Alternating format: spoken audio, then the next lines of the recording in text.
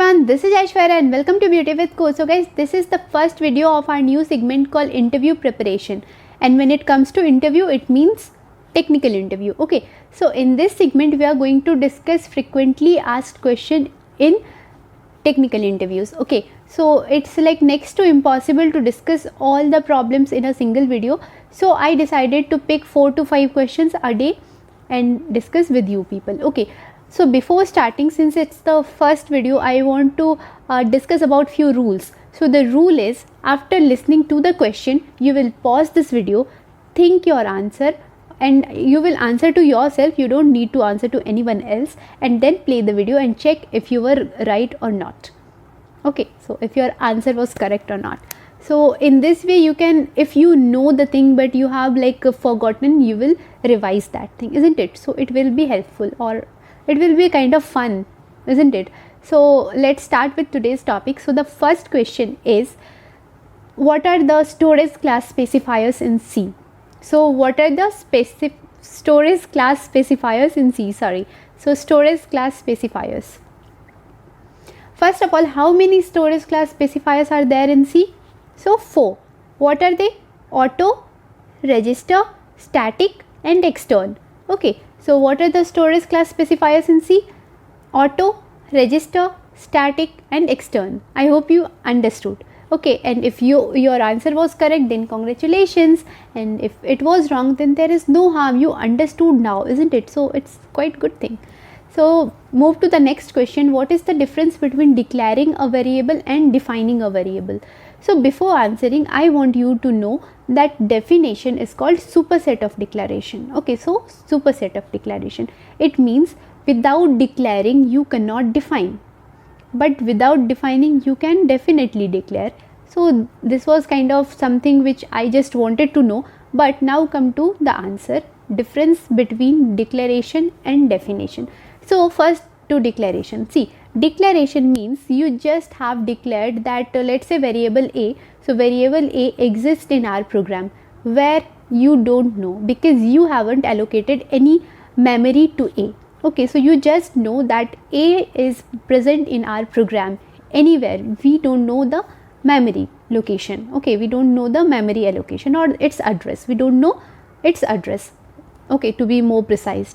But now come to definition. Definition means, let's say variable A. So we know that variable A is present at this particular address, okay, or this particular memory location. It means we have allocated memory to our variable. So if you have allocated memory to your variable, it means you have defined that variable. Okay, but if you haven't allocated any memory to your variable, it means you have just declared, okay, you have just declared that variable and have not defined. So I hope you understood why definition is called superset of declaration, because you cannot define without declaring, isn't it? So I hope you understood everything. So next question. So what is dangling pointer? So see, first of all, dangling pointer is not something we should be proud about. Dangling pointer is a problem. It's an issue. Okay, so what is it? See, let's say A is a pointer which points to B. It means A is holding address of B, isn't it? But now, because of any reason, we have deleted B.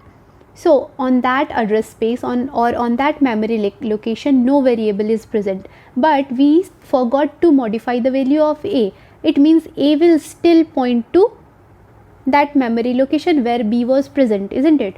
So now A is nothing but a dangling pointer. It means it's pointing to a memory location which is invalid, or on which no variable is present.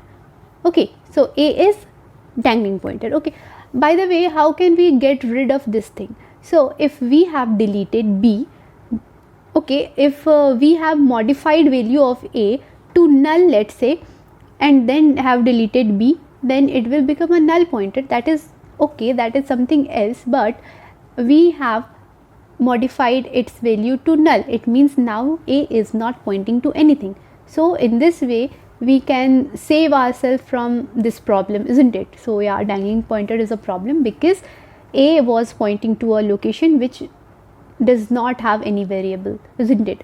So I hope you understood. Now move to the fourth and the last question of today's video.